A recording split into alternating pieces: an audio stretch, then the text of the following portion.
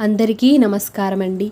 ఈరోజు మన వీడియోలో వైశాఖ మాసంలో తదియ తిథిన వచ్చే అక్షయ తృతీయ రోజు పూజ చేసుకునే విధానంలో మనకు ఏమేం సామాను కావాలి, ముందు రోజే మనం ఏమేమి సిద్ధం చేసుకోవాలి, వాటన్నిటిని గురించి కూడా ఈ వీడియోలో అయితే తెలియజేస్తాను. ఈరోజు పూజా విధానం ఎలా చేసుకోవాలి, అలాగే ఈరోజు పాటించవలసిన నియమాలు, అక్షయ పాత్రను ఏ విధంగా పెట్టుకోవాలి, ఈరోజు చేయవలసిన దానాలు, వాటన్నిటిని గురించి కూడా ఆల్రెడీ వీడియోస్ అనేవి చేసి అప్లోడ్ చేశాను. డిస్క్రిప్షన్లో లింక్స్ అనేవి ఉన్నాయి, తెలియని వాళ్ళుంటే తెలుసుకొని చేసుకోవచ్చు. అలాగే ఈ వీడియోలో పూజకు సంబంధించిన సామాగ్రిని ముందే ఎలా ఏర్పాటు చేసుకోవాలి, ఏమేమి కావాలి, వాటన్నిటిని గురించి కూడా తెలుసుకుందాం. అక్షయ తృతీయ రోజు పూజ చేసుకోవడానికి శ్రీ మహాలక్ష్మీదేవి ఫోటో, అలాగే ఈరోజు లక్ష్మీ కుబేరుల పూజ చేస్తారు కాబట్టి లక్ష్మీ కుబేరులున్న ఫోటో కానీ, లేదంటే వెంకటేశ్వర స్వామితో కలిసి ఉన్న లక్ష్మీదేవి ఫోటో కానీ పెట్టుకోవచ్చు. అలాగే దీపాలను వెలిగించడానికి దీపపు కుందులను కూడా ఏర్పాటు చేసుకోవాలి. ఈరోజు ప్రత్యేకంగా శంఖ చక్ర నామాలు కలిగిన దీపాన్ని వెలిగించడం చాలా మంచిది. మనకి ఈ దీపాలు ఆన్లైన్లో కూడా దొరుకుతాయి, అమెజాన్లో. లింక్ డిస్క్రిప్షన్లో ఇస్తాను. ఎవరికైనా కావాలి అనుకుంటే ఈ దీపాన్ని ఆర్డర్ చేసుకొని తీసుకోవచ్చు. అలాగే గజలక్ష్మి దీపము, లేదంటే ఇంట్లో కామాక్షి దీపం ఉన్నా కూడా ఈరోజైతే పెట్టుకోవచ్చు. అక్షయ తృతీయ రోజు ప్రత్యేకంగా కలశం పెడతాం కాబట్టి నా దగ్గర ఉన్న అష్టలక్ష్ముల కలశాన్ని ఈరోజైతే పెడతాను. మీ దగ్గర ఉంటే పెట్టొచ్చు. మనం కలశం పెట్టేటప్పుడు రాగి చెంబు, ఇత్తడి చెంబు, వెండి చెంబు ఇలా వాడవచ్చు.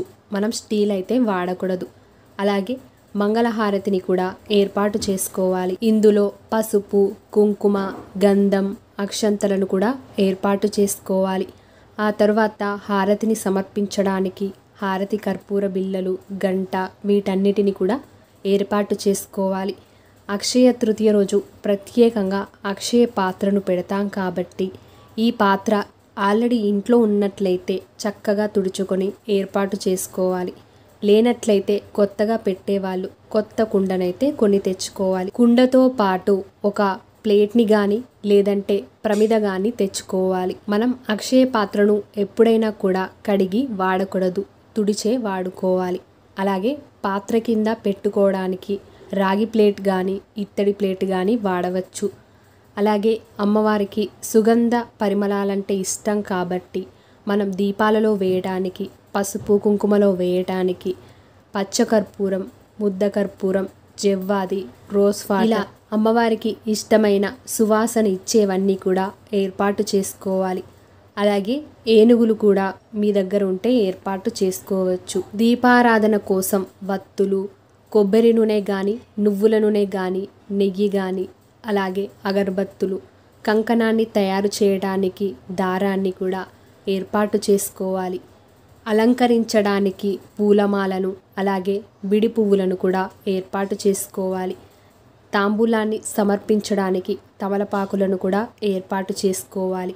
లక్ష్మీదేవికి రెడ్ కలర్ ఇష్టం, అలాగే కుబేరునికి కూడా రెడ్ కలర్ అంటే ఇష్టం కాబట్టి ఎర్రటి పుష్పాలను ఏర్పాటు చేసుకోవాలి.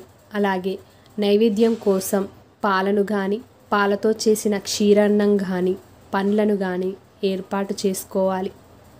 అలాగే ఈరోజు ప్రత్యేకంగా ఉప్పు దీపం పెట్టినట్లయితే ఇంట్లో ఉన్న ఆర్థిక సమస్యలన్నీ కూడా తొలగిపోతాయి.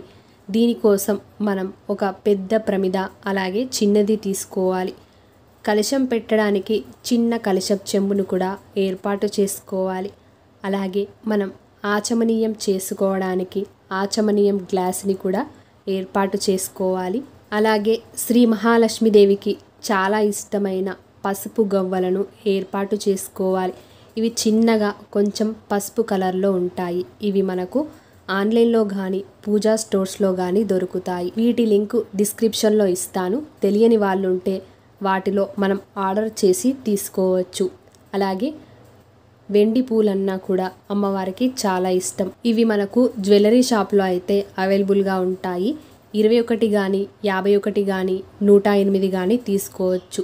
అలాగే తామర గింజలన్నా కూడా చాలా ఇష్టం. ఈ తామర గింజలతో కూడా ఈరోజు పూజ చేస్తే చాలా మంచిది. ఇవే కాకుండా గోమతి చక్రాలు, అలాగే రూపాయి కానీ 2 రూపాయల కాయిన్స్ కానీ వీటితో కూడా మనం ఈరోజు పూజ చేసుకోవాలి.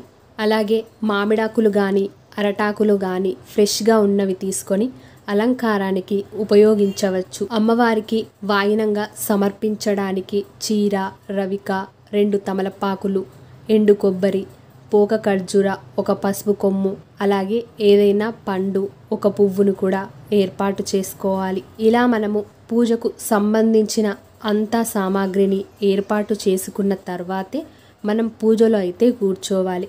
పూజ స్టార్ట్ చేసేటప్పుడు ఊకే లేచి కూర్చోవడం అలా అయితే చేయకూడదు. పూజ పూర్తయ్యేదాకా కూడా మనం అలానే కూర్చొని పూజ చేసుకోవాలి. ఈ వీడియో మీకు నచ్చినట్లయితే తప్పకుండా మీ యొక్క లైక్తో నాకు సపోర్ట్ని తెలియజేసి మరిన్ని వీడియోస్ కోసం మన ఛానల్ని సబ్స్క్రైబ్ చేసుకొని పక్కన ఉన్న బెల్ ఐకాన్ని కూడా క్లిక్ చేయండి. ధన్యవాదములు.